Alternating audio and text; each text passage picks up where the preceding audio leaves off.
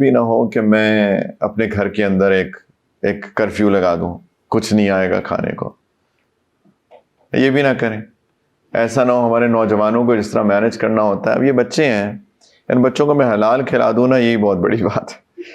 میں انہیں یہ کہہ دوں گا نا بچوں دیکھو، ہم اسٹار بکس نہیں پئیں گے، ہم میک ڈونلڈس نہیں جائیں گے، ہم KFC نہیں جائیں گے، ہم یہ نہیں کریں گے، رائٹ. اگر اتنا یہ سمجھ جائیں بہت اچھی بات ہے، لیکن ان کو آلٹرنیٹ میں کہیں فاسٹ فوڈ کھلا دوں.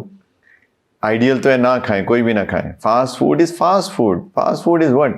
العجلۃ من الشیطان. نبی کریم صلی اللہ علیہ وسلم نے فرمایا کہ جلدی، جو ہیسٹینس از فرام شیطان. Fast food, hasty food basically.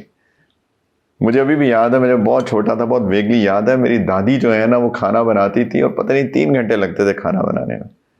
مسالے بھی وہ کوٹ رہی ہیں، اب تو سارے جو ہے بنے بنائے مسالے، پتہ نہیں کیا ہوتا ہے اس کے اندر.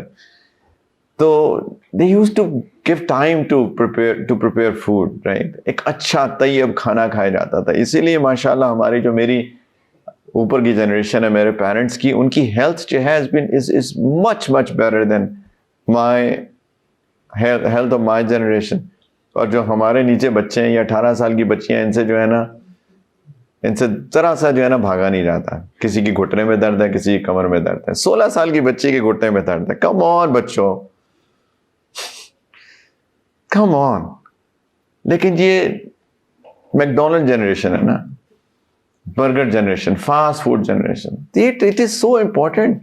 کھانے کا کتنا امپورٹنٹ رول ہے ہماری زندگی میں، ہمارے دین میں، ہمارے دل کے ساتھ، ہماری ڈیزائرز کے ساتھ، ہمارے اعمال کے ساتھ، ہماری دل کی نرمی اور سختی کے ساتھ. garbage in, garbage out, as simple as that.